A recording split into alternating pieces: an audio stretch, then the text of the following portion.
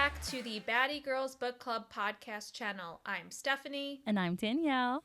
And we are two chatty baddies who love to talk about books and provide digestible plot overviews of our and hopefully your favorite books. We do strive to be spoiler-free as we work through each episode, and we'll have bonus episodes throughout the series where we talk theories, spoilers, and our favorite and not so favorite characters. Today we are covering the second half of Book 2 in the ACOTAR series, A Court of Mist and Fury. So let's pick up where we left off. The Adder is back by popular or maybe unpopular demand. So Reese has to come to the rescue. The Adder has grabbed Farah around her mouth so she can't scream. But our guy Reese, he knew it was coming. So Reese binds the Adder, and we find out that the Adder was sent to get Farah by the King of Hybern. The Adder tells him that the king and his army will be coming soon, and his army is endless with allies in every single territory. They learn that Tamlin has shut his borders, signifying that he is not taking Farah's rejection well. Farah asks Reese about the Spring Court, and Reese tells her nothing is happening right now, but that she should know just how far Tamlin would be willing to go in order to try to protect what he thinks is his, aka Farah. Then one of my favorite parts in the book is when Farah writes a letter to Tamlin. Farah's thinking, I'll fix this. And she says, "Hey, Tam, I left on my own free will. I'm safe, grateful for all that you did, but I'm not coming back." I get it. He deserved what he got at the end of the day. But he did also, take care of her to a point, took care of her family, tried to do right by her in the wrong way. I'm really not trying to make excuses for him, but just to end an engagement, they were going to get married. It wasn't just a cutesy little boyfriend-girlfriend. They were getting married. And she's like, "Bye, Tam." Toodles, TTYL. This didn't do it for me. I am a Farah girly through and through. I feel like dating world, okay, it's the equivalent of ghosting. You can't ghost your future husband. Totally. Okay, so Farah sends her note. The magic takes it away. I picture the Harry Potter owls taking it to the spring lands for poor Tamlin to receive. We learn a bit about the Night Court's history and that it was once ruled from Hewn City, which was really the Court of Nightmares. Hewn City and how the Night Court used to be run looked exactly how everyone expects it to be now. Scary, torturing, everyone's mean, Reese is a monster. That's how it used to be. So lucky for everyone in Valeris, an ancient High Lord that ruled over the Night Court had a different vision than how it used to be. And he decided, I'm going to eliminate the worst of these predators and we're going to start over, okay? We're going to do better. But the evil eventually grew again. So all those people who, he can't eliminate all the bad in the world. And so there are people out there who wanted to live in the Court of Nightmares. So they decided, you know what? Okay, there's going to be a divide. You guys go chill over here in the Court of Nightmares, your little version of the Under the Mountain. This helps the facade that Valeris doesn't exist. This helps him protect his city and all of the people in it. If every other court just assumes that the Court of Nightmares is the Night Court, that's good for their rep. Reese and Farah go on to spend the whole next day sending flirty little notes back and forth in their little magical penmanship that just sends it away to the next person to read. And later that day, Cassian and Farah decide it's time to train. We got to work on your little scrawny booty, get you into shape here, girl. So Cassian asks, "All right, girl, when are we going to talk about the note you sent to Tamlin?" And Farah is very obvious that she says, "I don't want to talk about it." So Farah begins to get angry because now she's thinking about all of the things she did for Tamlin in the name of love and how he treated her, like how he sat next to Amarantha under the mountain while she suffered in front of all of their people, and how, of note, he made absolutely no move to help her until he found, just a moment or two where he realized, oh, I can be alone with her. And instead of helping her in those few moments they had, instead of helping her, escape, he tried to put the moves on her. He's like, let me use this 5 minutes I have with you to myself, uninterrupted, nobody's watching. And instead of trying to get her out, he was trying to get it in. So to wrap up this scene, as all of this is going on, she's punching the sparring pads that Cassian's holding. And she realizes that she burns through the pads. Her hands like light on fire. Hello, Autumn Court power. And she just blows right through the sparring pads. No big deal. So, speaking of other courts, the summer court finally agrees to Rhys's request for a visit, and Farah, Rhys, and Amren are the ones who are going to go. So they head off to Adriata, which is the main city of the summer court. And once they're there, we meet Tarquin. Danny, I know you said you love Tarquin. He is our High Lord. He's our High Lord of the Summer Court. We meet Cressida, who is the Princess of Adriata, and she has the hots for Rhys. And then we meet Varian, her younger brother, who is the Prince of Adriata and who is potentially down for Amren. So Rhys informs the Summer Court about the imminent war with the King of Hybern, and Tarquin is worried that Tamlin might go to war himself just to try to get Farah back. So War 2.0.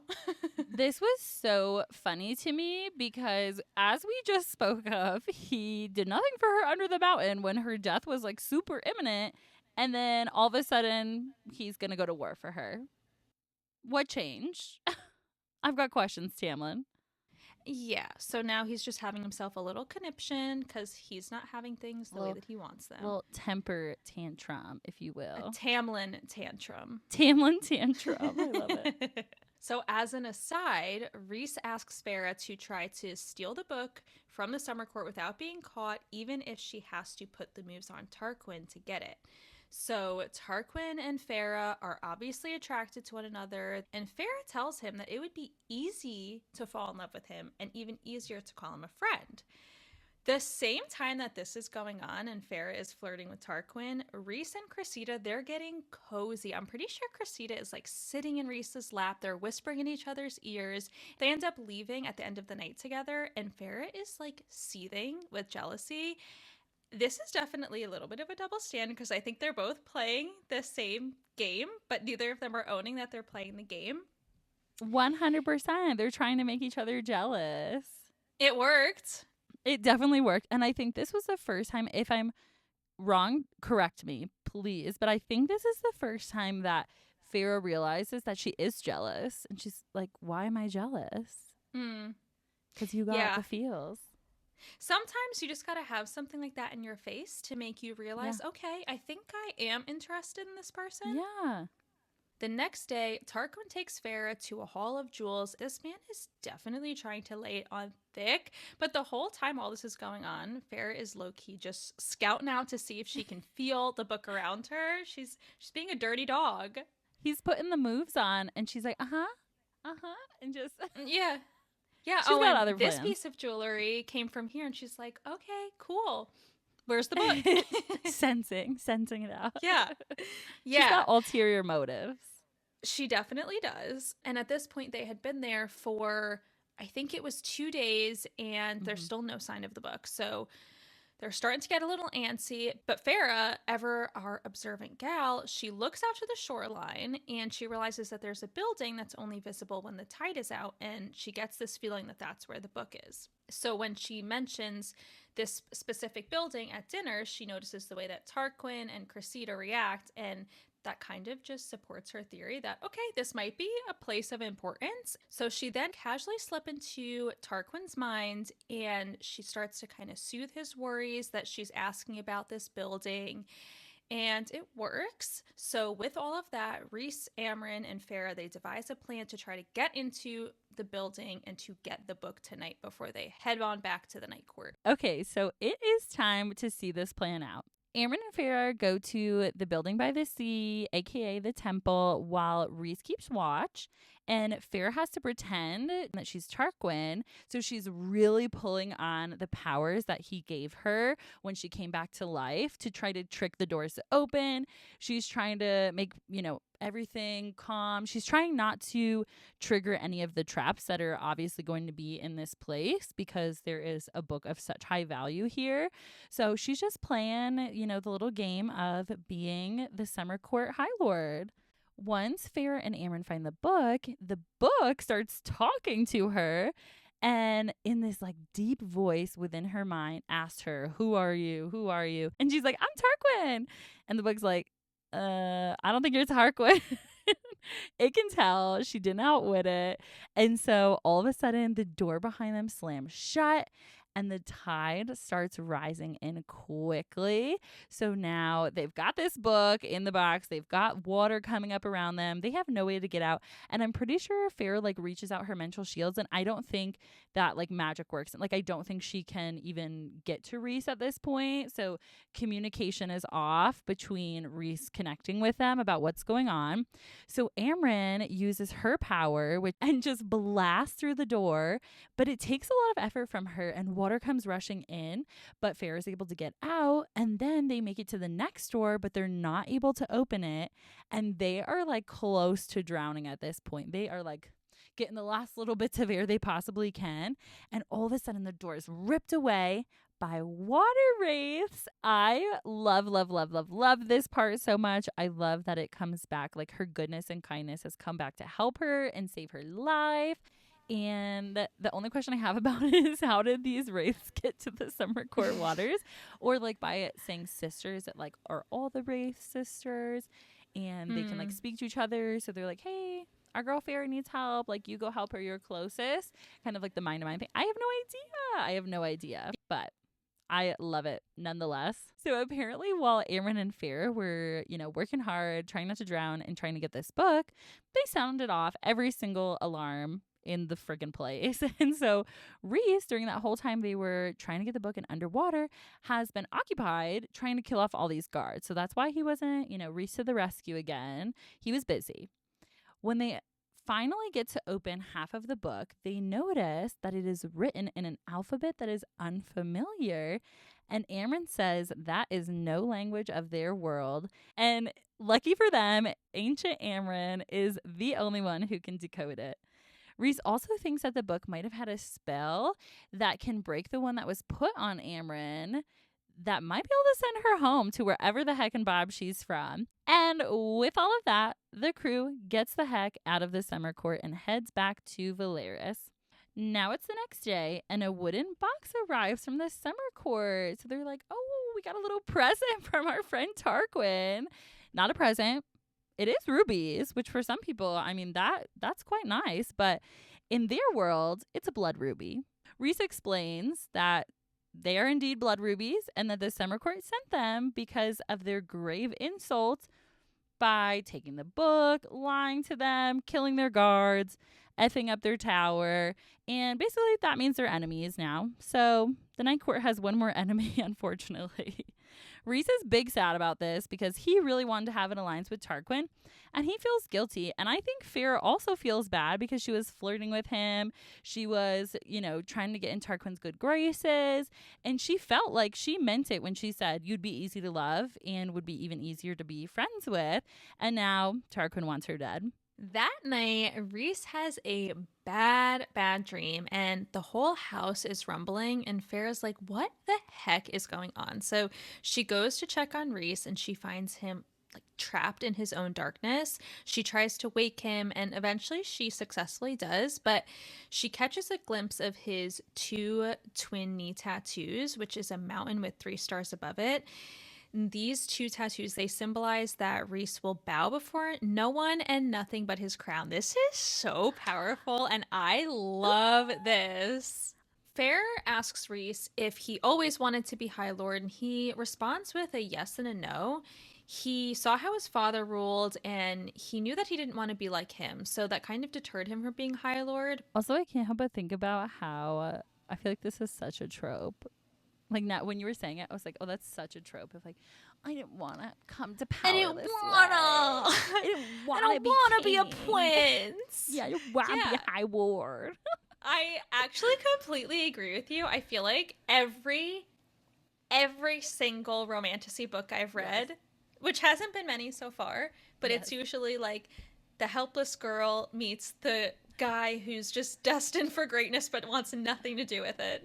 Literally, yes. Every single one. I do feel, though, like Reese what he says about how he doesn't want to be anything like his father is the complete opposite to what Tamlin says. Tamlin's like, well, this is like what my dad did, and this is why I'm doing it this way. And Rhys is like, well, I saw what my dad did, and I want to be nothing like him, so I don't know if I want the path of High Lord. Yeah, he's like, this doesn't seem like fun to me. Like, this isn't a good time. And yeah, no, I agree. But I like that he also has the mentality of like, okay, well, I can do better, you know? Like, I can do better. And he does. He does do better. And that's why we love him. Love him. Yes. So Farah is still training with Cassian. She's learning to wield an Illyrian blade. And she's also on the side training with Rhys to use her powers, but she hasn't been able to winnow since that day with the adder. Finally, the group hears back from the mortal queens, and they set the plans in motion to meet at Farah's family's estate. So 5 of the queens show up, and apparently the 6th was sick. So despite Farah begging the queens to help them, the queens tell them that, nope, the Fae should be the ones defending the human lands. The threat is of their own kind, and also the book is never leaving their palace. So request denied from the queens. As a last-ditch effort, because let's be honest, they are desperate to get the other half of this book, Rhys says that he will try to find a way to show the queens Valeris to prove that Rhys is a High Lord that stands for peace, contrary to what these queens have heard. They are kind of walking in with this assumption that there's a little bit of a manipulation tactic being played here. And so the inner circle is just trying to prove that they are good, honest people, and they just want to stop the King of Hybern. And I think I remember that the queens were like down to help the humans in the mortal lands in the continents, but we're not down to help the little strip of land that's below the wall where Farah's family is from. So that's why she's so desperate for that help. Let's also remember that Rhys has a terrible reputation. He's got a bad rep. He's got a lot of proving to do. And yes. I feel like there's also a lot of at stake with them just providing the other half of the Book of Breathing. So they've got a lot to digest, to unpack. Let's see if Rhys can actually follow through on this. And with that, they head out and they're like, we'll circle back on this. We're going to pause. And I love that the queens are always trying to assert their power. Like, they're always trying to show that, like, no. We don't just, like, bend to your whims because you're Fae. I kind of love that. I'm like, yeah, stand up for yourselves. Yeah. I like that. I also just pictured Rhys in his like reputation era and then Rhys in his lover era. All my Swiftie fans. So Farah is not down for this plan. She is very protective of Valeris, which I think is lovely. She cares about this secret that the Night Court has been holding for 500 years. And she does not want the fact that she is worried about her family and her strip of land to be the reason that they give this up. That's a big deal. So she's asking, well, what about Miriam and Draken? She wants to know more about them and maybe they could be proof instead of using Valeris. And Rhys says that they have dealt with enough and he will not bring them into this. So basically, he shuts down Farah's plan, but unlike Tamlin, he actually tells her why. Rhys tells her that 500 years ago, there was a Fae kingdom in the southern part of the continent called the Blacklands, where all humans were born into slavery. Miriam, who lived there and was half Fae, was given as a wedding gift by the queen to her newly engaged prince, Drakon, who was absolutely horrified by all of this. He realized the person that he was about to marry, and so he broke off his engagement to the queen, and he helped Miriam escape, and Miriam was nervous. She was like, this queen is going to come for me, so she fled across the sea and was found by Jurian and became his lover. And so during the war, in one battle, she rekindled with Prince Drakon, who had been looking for her. They fell in love. Miriam left Jurian in the dust. So everyone believes that Miriam and Drakon died freeing their people from the Blacklands at the end of the war, but they actually were able to escape. And this is another big secret, like I think Valeris level secret. And so Rhys decides he will show the queens Valeris, but not by bringing them there. So the inner circle head to the Court of Nightmares to retrieve the Veritas, which is an orb that contains truth magic and can be used to show the queens Valeris. And that way they know it's not just Rhys, putting this into their mind. This is actually the truth. But first, speaking of truth, let's chat a little bit about more. So Moore was actually intended to be sold off to Eris, who is the oldest son of the High Lord of the Autumn Court. But with Eris's not so great reputation, Moore slept with Cassian in hopes of basically ruining her value so that Eris wouldn't want to be with her anymore, which in fact did work. However, Moore's family punished her for this. She was dumped at the border of the Autumn Court with a note nailed to her explaining she was Eris's problem now and he had to deal with her. Well, Eris said, actually, not my problem, and he just left her for dead. That's when Azriel found her there a few days later. So that gives some context as to Moore's feeling towards her family, Moore's feelings towards Eris and the Autumn Court. And also, I'm just getting real sick of women in this story and in general being sold off and treated like property. All right, so the crew is headed to the Court of Nightmares, but Rhys gives Fair a pass on going because he says that he's gonna kind of have to act like he is that type of a High Lord, the one that we don't like. But of course, Farrah's like, yeah, I'm down. I'm good to go. Say less. I'm there. Now, when they go, of course, Farrah has to do a little bit of acting too. She's dressed in similar garb that she had worn under the mountain, along with a crown on her head, and she's supposed to be acting kind of like a distraction. So she is sitting on Rhys's lap. She's putting on a show, and so is Rhys, for the record. And it's definitely distracting for Moore's father, Keir. And for this us. scene, and for us, if you know, you know. You know. And I think Rhys says something to the point of, I don't want you seeing me like that. Like, he's scared she's going to look at him differently after he has to treat everybody and her poorly. She does look at him differently, but for the better. Yeah. She said, you can treat me like this anytime. She said, okay, Rhys, hold on, flip the script, baby. I love this scene. This was one of my top 3 scenes in the book, but they're not trying to dilly-dally. Azriel, he goes in, he steals the orb, and the crew is out of there. They quickly winnow back. They arrive back at the house, and now Farrah, she's kind of reflecting, and she's like, I'm kind of down to try and be something with Rhys, but they do get into a little bit of an argument here. Farrah says something that's not so nice to Rhys, and he goes MIA for a few days, but Starfall, it's coming up, so he can't disappear for too long. Now, Farrah has no idea what to expect. This girl has been to a couple different parties in Prythian, each one being vastly different than the other. But never forget Calanmai. Yeah, she's just hoping this one doesn't have a great rite attached to it, or I am personally hoping that.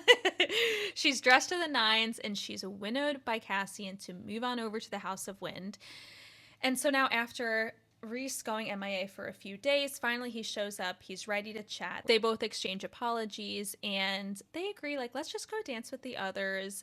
And this is the night we get our first cheek and eyebrow kiss, folks. Farrah, she definitely feels here like a little bit of a traitor for wanting something with Rhys when she's only really been separated by Tamlin for a short time. But, I mean, human nature. Well, anyway, the night caps off with Farrah, who goes off to bed alone. And the next day, Moore, Rhys, Cassian, and Farrah head to the Illyrian war camp where Farrah gets to meet Lord Devlin for the first time. And when Farrah and Rhys head off to train, we get a little bit of backstory on how Rhys met Tamlin. So he tells Farrah that Tamlin's younger than him. So one of them is 500, maybe one of them is 250. Tamlin's younger than him. They got to know each other just through some court functions that were held. And Rhys saw what Tamlin had to go through with his family, and he kind of felt for the guy. So Rhys decides to befriend Tamlin and teach him some of his fighting techniques that he learned. But Cassian, Azriel, Rhys's family, and Tamlin's father all didn't approve. And I feel like this is kind of, if you have that many people in your circle telling you, like, this person's bad news, take it as a sign. You should listen. They're like Romeo and Juliet, their friendship. Yeah, they're like, this is my guy. Just he's just a little lost soul. Tamlin's father specifically was very, I guess, threatened by their combined strength. Tamlin and Rhys as a unit was just terrifying. So when Rhys's mother and sister, they were traveling to see Rhys at the camp. Tamlin told his father and his brothers where the two of them were meeting up, where Rhys's family were meeting up, and Tamlin's family killed Rhys's sister and his mother, and their wings were kept as trophies and pinned in the study, which is so foul and so disgusting. Gag, gross, no words. So when Rhys's father found all of this out, they're like, okay, let's make this even. So they kill Tamlin's mother, father, and brothers. And then Rhys's father went to go kill Tamlin, but Rhys stopped him, which definitely surprised me. But Tamlin found them at the wrong time, and Tamlin killed Rhys's father. And the reason that Rhys didn't share this with Feyre sooner is because he didn't want her to think that he was like nudging her in a specific direction. And she was in love with Tamlin. So like, who is Rhys to step in and be like, that's fine that you're in love with him, but I just want to share this absolutely horrible story about him. So Feyre and Rhys go back to training, and all of a sudden, who shows up? Lucien from the Spring Court shows up and says that they have been hunting Feyre and that he will take her straight to Tamlin.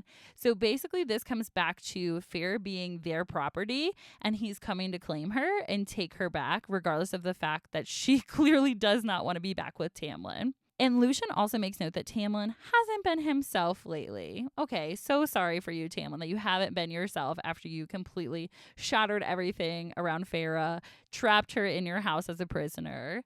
And Feyre politely declines. She doesn't want to go back. Feyre tells Lucien, do not come here again. But Lucien tells her that Tamlin will never stop looking for her. This is giving like stalker vibes at this point. She has said no. Consent is key. Take the hint. She's being direct. It's not even a hint. And move on. Move on. You're High Lord. Find someone else. Feyre has this legendary moment in this scene that I love so much, where she uses her abilities to give herself wings, looks Lucien dead in the eyes, and says that the human girl he knew under the mountain is dead and gone. Yes, Feyre. Lucien's basically like, what's wrong with you? You're different. And she's like, of course I'm different. Like, look at all the stuff I've been through. So after their run-in with Lucien, Feyre and Rhys are going to spend a night at the local inn because they're at the Illyrian war camp and they're not going to make it all the way back home, before nightfall. So they show up to the local inn to find out that there's only one room left. Looks like we're sharing. We love a one room, one bed trope, and we're about to get it, folks. So buckle up. Hold on to your bat hats. Second favorite scene. No, actually, top favorite scene. Maybe top. Close to it for me. Chapter 54 and 55. So Feyre asks Rhys what he would have done if Lucien had succeeded in taking her, to which Rhys replies that he would have torn apart the world to get her back. It's cute when Rhys says it, but it's not cute when Tamlin says it. This is where consent comes in. Thank you. So they both admit finally that they want each other, and they exchange their first smooch and then some more. You have to read this chapter again. It's so good. It's so good. So good. So the next day, they leave the inn. They're feeling good. They're cozying up. And they are flying home when Rhys is hit with ash arrows and falls to the ground. Feyre is thrown away from the danger, but she can't feel him through the bond anymore, so she has to track him using power. So this happens really quickly. They're flying. All of these arrows fly and hit Rhys. Feyre's like, what's going on? Rhys is down, and Feyre is shoved away from this. So now she's trying to figure out, where did he go? Who hit him? I need to find them. And she goes into hunter mode once again. So she hunts him down and finds him chained up inside a cave with 7 ash arrows through his wings. And these ash arrows, as we know from like the very first chapter, are deadly to Fae. And he is a really powerful Fae, but they are slowly poisoning him. So Feyre is trying to heal him, but it's not working because the poison from the arrows are just seeping into his wings and into his body. So our brave girl goes and catches the Suriel again. So she catches it to find out what she can do, what she can use to save Rhys. In this iconic moment, the cereal tells Farrah that a few drops of her own blood can cure him, and she can find a pink flowered weed by the river for him to chew if she wants to speed up her mate's healing. I'm sorry. Did someone say mate? The cereal be dropping bombs. I mean, we find out so much information from the cereal. I love it. The cereal has the tea, and the tea is always hot. The cereal's tea is piping hot. You ask, the cereal delivers. I mean, I have no words. I view it as the cereal has this information like bubbling up inside them, and they're just waiting to blurt it out and be like, oh yeah, your mate, by the way. So Farrah goes back to Reese after chatting it up with cereal, and she's pretty angry because she's kept entirely out of the loop on this whole mating situation, but she decides she'll save that argument for later. She gets Reese to eat the plant, and she gives him some of her blood. And once it's apparent that Reese will survive, Farrah's like, okay, we're back to being mad now, and she's going to grill him. She has a couple questions. At least she saved him first. Yeah, she said, let's get you back to breathe, and let's make sure you're good. Okay, what the heck? So the first question that Farrah has for Reese is, how long has he known that they were mates? And Reese says that he's suspected for a while now, but he knew for sure when they were under the mountain that he felt the bond snap into place when he was going to say goodbye to her. So he's known since under the mountain? It's been a while. Yes, and this is, if we draw back from book 1, when he has that moment when he's saying goodbye and he kind of just like goes rigid and blank kind of. This is what we all suspect is Reese feeling that bond snap into place. Now, Farrah's second question is, do the others know? People in the inner circle, are they aware of this? And Reese says that Amryn and Moore know, but that Azriel and Cassian don't, but they definitely strongly suspect it.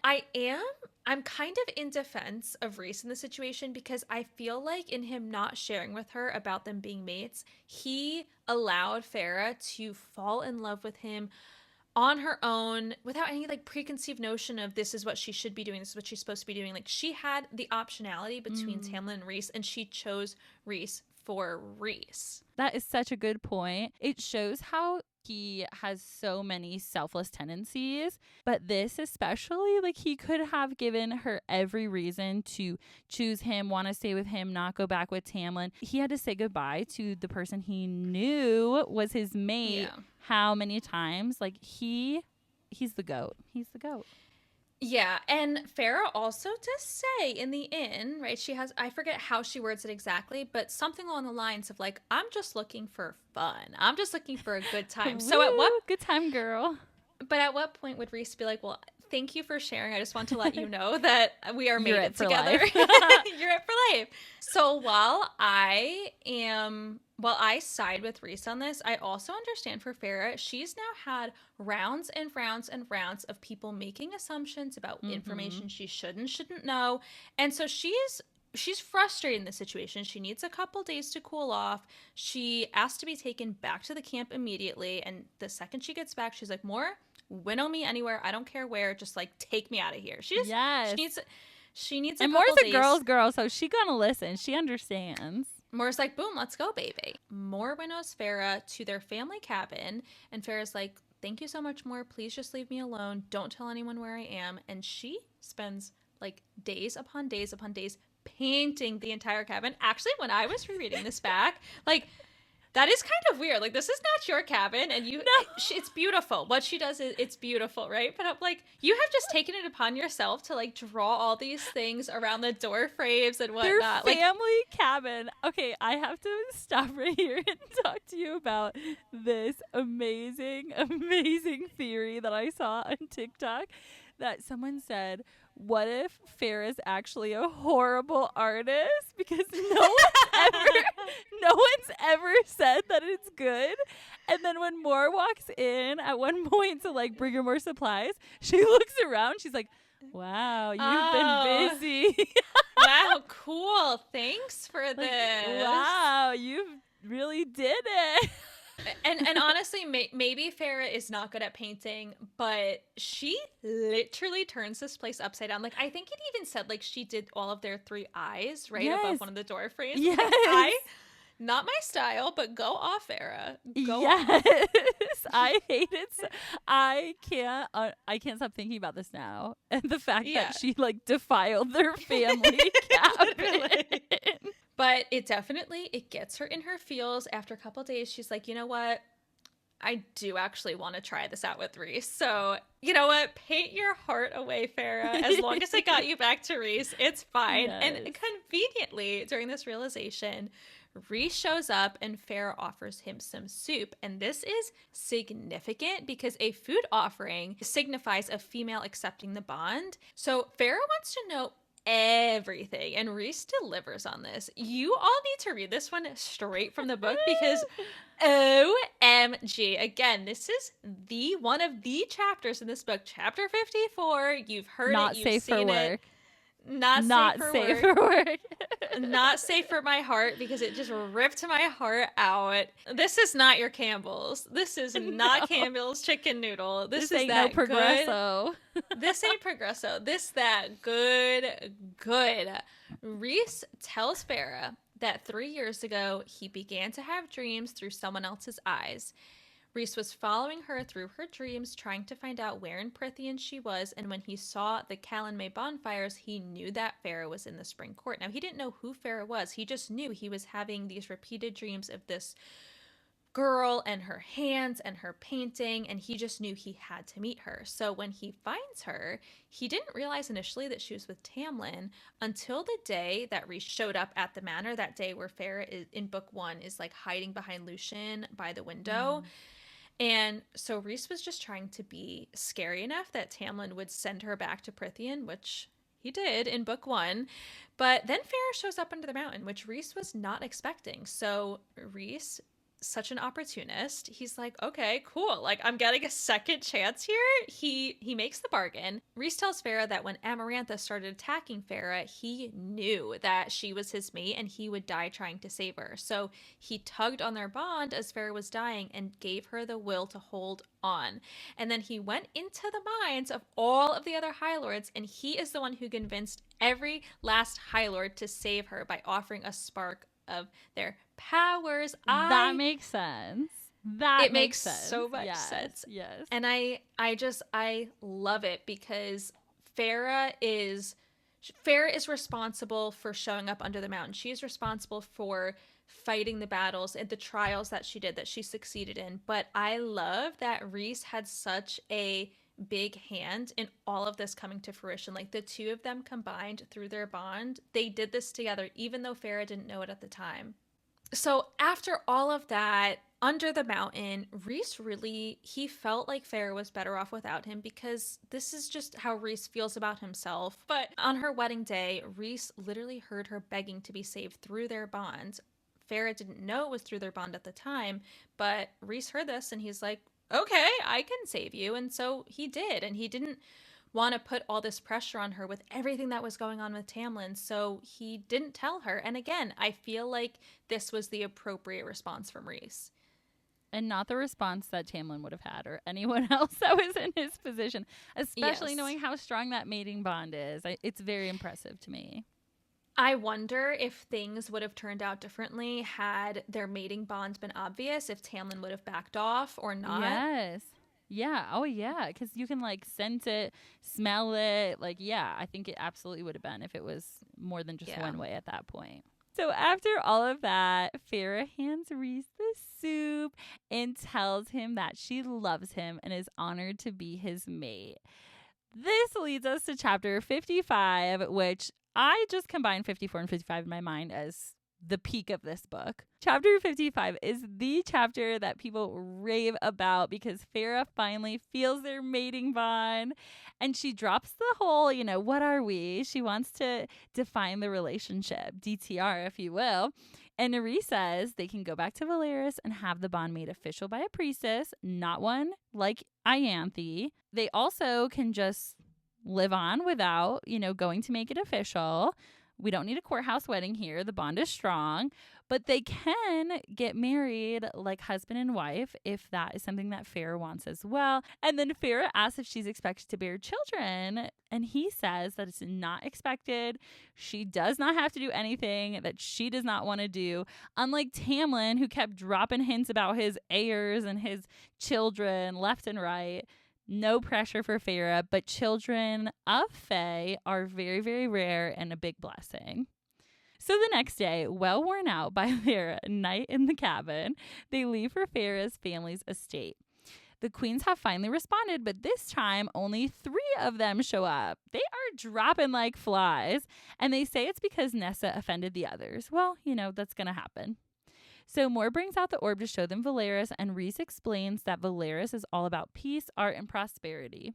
The queens play off and are still unsure if this is a ploy or not and say, yeah, no, we'll think about it and get back to you. Nessa comes in hot and demands that the queens hand over the book and not just leave them to die. But the queens leave. They are unbothered by this. However, once the queens leave, they notice that one of them left behind a box with the book in it, the other half of the Book of Breathing, on the chair with a letter explaining that she believes Rhys. And I'm pretty sure she also says, don't trust them all. The 6th queen wasn't sick. I think this was the point where they say that. Then Rhys offers Nesta and Elaine safety in Valeris, or that they can stay here if that's more comfortable for them, and he will send people to guard them. They choose to stay. That makes sense. They're still scared of the Fae and all the stories they've heard. And Elaine's still betrothed to a Fae hater. So, plan understandable of their feelings. The group, minus Elaine and Nesta, go back to Valeris and give Amren the second half of the Book of Breathing. They got it. Of course, there can't be a moment of peace here because now a bunch of black creatures that look like the Adder are spotted flying in the sky of Valeris. But how can that be? Because nobody knows about Valeris except for, an hour ago when they told the queens. They realize that the queens sold them out and that these have been sent by the king of Hybern.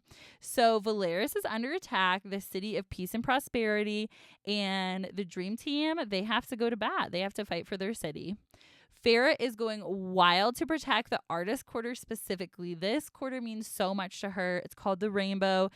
This is where she finds the most peace in Valeris. She's an artist, if you will. So she really, really wants to help all of the people in Valeris, but specifically goes to the artist quarter and makes animals out of literal water. So she went from not being able to wield any powers, and now that she's mad, she is making animals out of water, blocking out her bond with Rhys so that she can concentrate, and slams an ash arrow into the adder's wings, stabs and kills it, and turns herself into a living flame. This is just so much is happening in this scene. So Farrah clearly has hold of her powers. We love that. And she's not afraid to use them if it means protecting the people she loves, the city she loves, and everyone else in it. Finally, after a brutal battle between these winged creatures and Farrah and the crew, Valeris is safe again, and Amren has cracked the code of the book. But in order to nullify the cauldron's power, Farrah needs to touch it and speak the words she found in the book. Glad she can read. Thank you for that, Rhys. But apparently, it's not that easy because putting the 2 pieces of the book together will cause this massive blast of power that would be felt by everyone and draw all of the attention to them and Valeris. So the crew narrows down the location of the cauldron, realizes it's in the king's castle, and they decide, we're going to head on over. It's time. Before they can do that, Rhys gifts Farrah with his mother's ring, which is the one that she obtained from the Weaver. We love that so much. He says that his mother gave it to the Weaver and said that Rhys's mate would be smart or strong enough to get it back, and he promised his mom that his future bride would be given this test. So now we know why he sent her into the nasty Weaver's house and put, her at risk once again. I don't want to ruin this wonderful moment, but I just think it's so funny that both Farrah and Rhys, their mothers, have them these such high responsibilities placed on them. Like, Farah, you have to take care of the entire family. Yes. Rhys, when you find yourself a fae that you want to marry, a person you want to marry, you got to go ahead and make them go to the weaver, and that's the ring that you have to use. It's so funny. They'll either die or they'll be the right one for you. No, these are like really high expectations. So thank you, Mom, for never putting those on me. Appreciate you. So Rhys offers her the ring, and she realizes that it's probably not the best to go into Hybern wearing this wedding ring and being so obvious that they're mated, they're married. So she decides, I'm going to put it on later. I love it. I'm going to put it on later. And after the cauldron's nullified, I want it all. I want marriage, I want the bond declared, and I want a big ass party. Yeah, I think that's also really interesting because in ACOTAR, when she's getting married to Tamlin, she wants nothing to do with any of it. She's like, I love Tamlin, I just want us to be together, but like, as far as the whole like big party and making a whole scene out of it, I'm not into it. But with Rhys, she's like, I actually really want this. This is so exciting. Like, let's celebrate. Yeah. All right, so back to business. The crew is in Hybern and they locate the cauldron.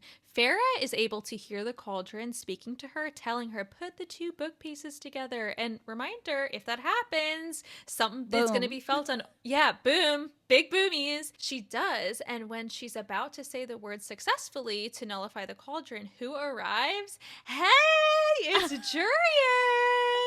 And no, not just an eyeball and a finger bone, like actual. In the flesh. He's here. He's been resurrected. And he's like, where's Miriam? Because he's just been a little eyeball for a while. He's like, where's my girl Miriam? And everyone tells him she's dead. He's like, I'm not taking that for an answer. She's not dead, and I know it. You're all liars. Now, no one can winnow out or leave the castle because there's a spell, and so now they're all trapped. We've got a resurrected jury in here. We've got the cauldron here. We've got the king. He enters the room. They got.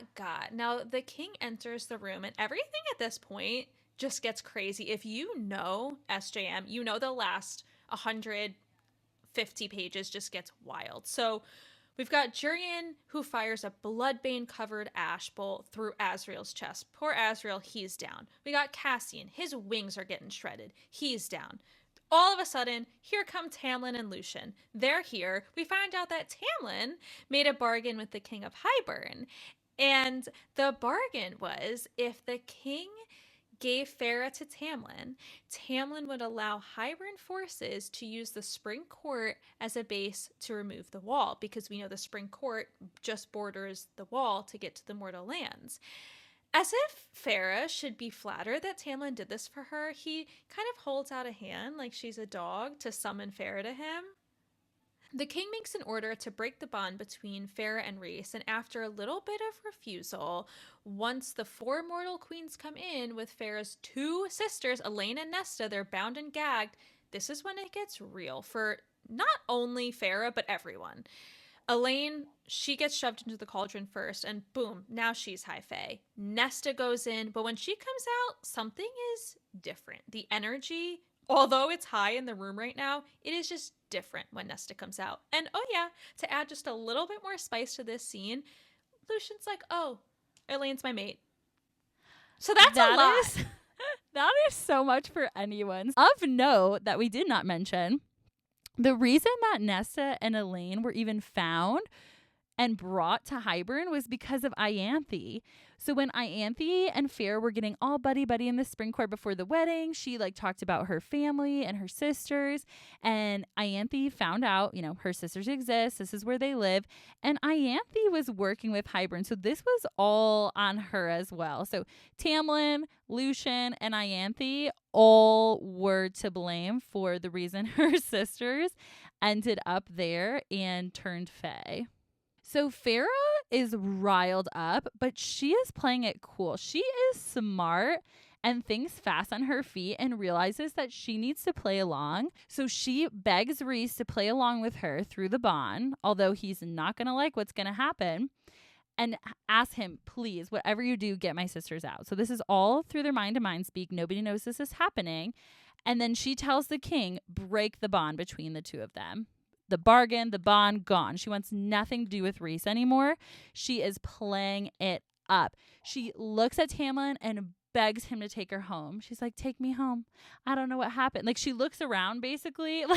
She looks around like she's in the Wizard of Oz and she just got to Oz and she's like, wow, what's happened? You know? So she's playing it cool. She's pretending that what Tamlin and Lucien expected is true. They expected that this whole time that Rhys was playing this mental game with her and basically forcing her to stay with him, to be with him. And now she's playing it up. She's like, yep, perfect. That's exactly what happened. Except we all know that's not the truth. So Tamlin says he doesn't care if they're mates. Feyre is his. And the king breaks the bond between Rhys and Feyre faints. So when Feyre wakes up, the tattoo is gone from her arms. Yes, the bond that she had with Rhys from under the mountain is gone. But before Tamlin could grab her sisters to bring to quote unquote safety with her in the spring court, Mor has winnowed them away. And the rest of the inner circle is left. After that, Tamlin takes Feyre home, quote unquote, home to the spring court. That ain't her home, but we'll let him think so. When the inner circle gets back, Amren is like, question mark, where is Feyre? What the heck happened? And so they fill her in, and Amren explains that it is impossible to break a mating bond, and Rhys agrees. Thank goodness. Okay. I love this part. I was like, oh, thank goodness. It's revealed that the king only broke the bargain between them and not the actual bond, and that's why those tattoos went away.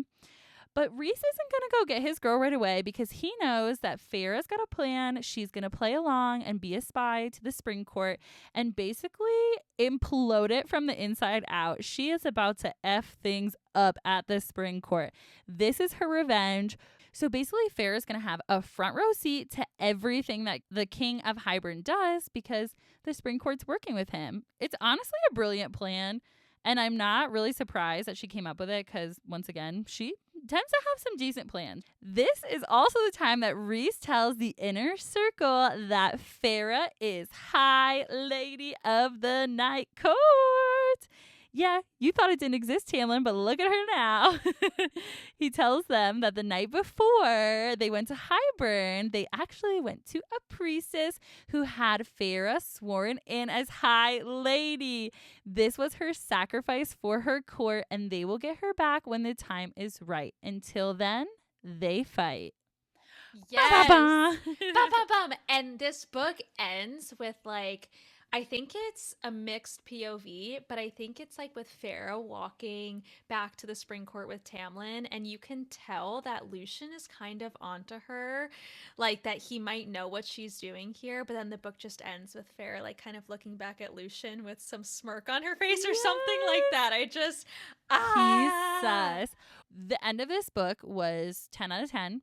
An absolute banger, if you will. And I cannot wait to talk about the next book because it just keeps getting better. This book ate. It left no crumbs. I adored this book. I knew that I liked the series when I finished the first book, but this was when I started getting into it. I was like, okay, we got something good. I'm hooked now, and I love suspense, and it left us with a cliffhanger for sure. That is going to be a wrap for book number 2 of the ACOTAR series, and arguably the best book in the series, in my opinion. Our next episode, which will come out next Wednesday, it will be covering A Court of Wings and Ruin. For those of you that took the time out of your days to listen to us, we love you, and we are so thankful and so happy that you're here. And if you like what we have to say and want to hear more, please leave us a review and hit that follow button on Apple Podcasts, Spotify, and subscribe to our YouTube channel at Batty Girls Book Club so that you never miss an episode. And don't forget to stay batty!